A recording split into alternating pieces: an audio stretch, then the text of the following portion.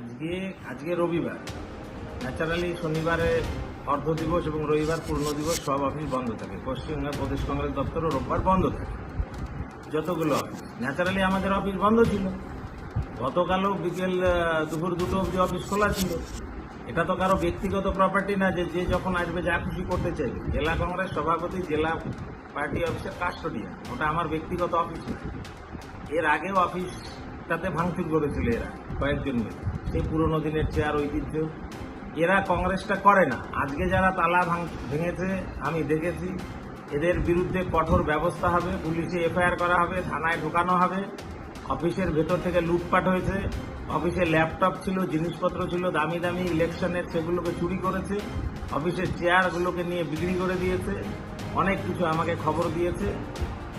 আমার কাছে কেউ অফিসে মিটিং আছে বলে কেউ পারমিশন চায়নি, বা কোনো অফিসের কোনো মিটিং অফিসিয়ালি কারো নামে ডাকা হয়নি। এই যে মন মর্জি, কোচবিহারের অভিযোগ আমাকে পাওয়া যায় না। আমি তো ছিলাম, পরশুদিন মিটিং করে এসেছি, কলকাতায় এসেছি, সবাই দেখেছে। মিউনিসিপ্যালিটি জয়েন করেছে, কংগ্রেসটা বাড়ছে।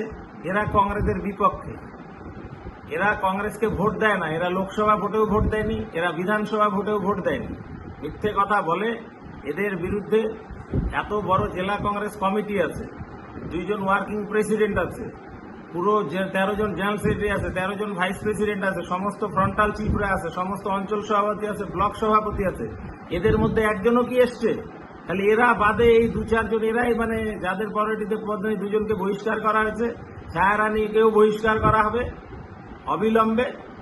কংগ্রেস পার্টি অফিসের ক্ষতি কংগ্রেস যারা বলছে তারা দেখাক যে আমার কাছে পারমিশন চেয়েছিল মিটিং করার জন্য, বা কোনো ব্যক্তি তার নামে মিটিং ডেকেছে। এ তো কংগ্রেসের পার্টি অফিসটাকে ধ্বংস করা, কংগ্রেস পার্টিটাকে কুচবিহারে যাতে উঠতে না পারে তার চক্রান্ত করা। এই চক্রান্তকারীদের আমি ফিরে আসছি, এসে এদের আইনানুগ ব্যবস্থা হবে, এদের বিরুদ্ধে এফআইআর হবে, এদেরকে জেলে ঢোকাবো, কংগ্রেস পার্টি থেকে বহিষ্কার করব, এবং যা যা দাওয়াই দেওয়ার অনেক চুলকুনি হয়েছে সেই সব চুলকুনি বিটেক্স লাগিয়ে সব বন্ধ করা হবে।